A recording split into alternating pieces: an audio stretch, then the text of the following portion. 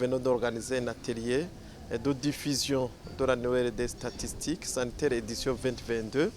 Il s'agit d'un condensé des données ou des informations portant sur la santé qui sont nécessaires pour la planification et la prise de décision. L'objectif de cet atelier de diffusion de l'annuaire, c'était de le rendre public à tous les utilisateurs, y compris les cadres du ministère de la Santé publique de lutte contre le sida depuis le niveau central jusqu'au niveau le plus déconcentré, le district et la formation sanitaire, et même le niveau communautaire constitué par le groupement d'agences de santé communautaire. Et donc tous ces acteurs sont appelés à visiter ce document pour l'utilisation effective lors de la planification des interventions en rapport avec la santé de la population dans le cadre de son amélioration. Et nous pouvons vous citer que parmi les informations retenues dans ce document, dans ce condensé qui a autour de 321 pages, nous pouvons citer des données en rapport à la santé maternelle et infantile.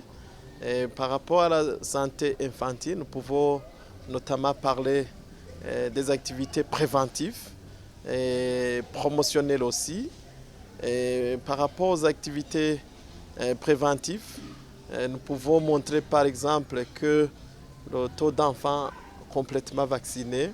Et par rapport aux indicateurs de la santé maternelle, on peut parler par exemple du taux de consultation prénatale précoce.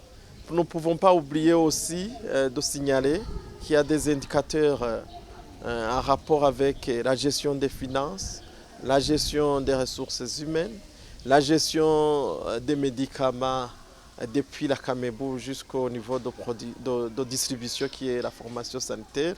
Là, on peut remarquer que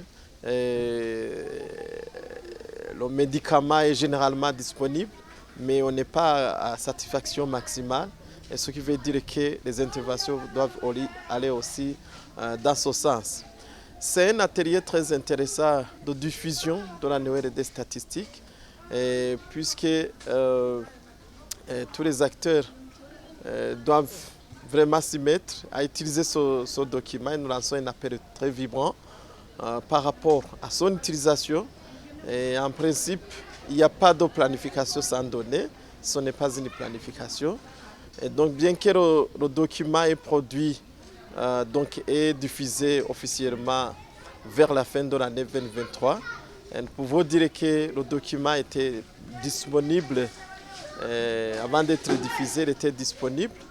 Raison pour laquelle les structures, nous espérons que chaque fois ils l'ont consulté, mais cette fois-ci, je pense qu'ils vont encore l'utiliser puisque nous l'avons lancé officiellement. Et le document sera posté à tous les sites, que ce soit le site du ministère ou diffusé même électroniquement sur Internet ou tous les réseaux sociaux.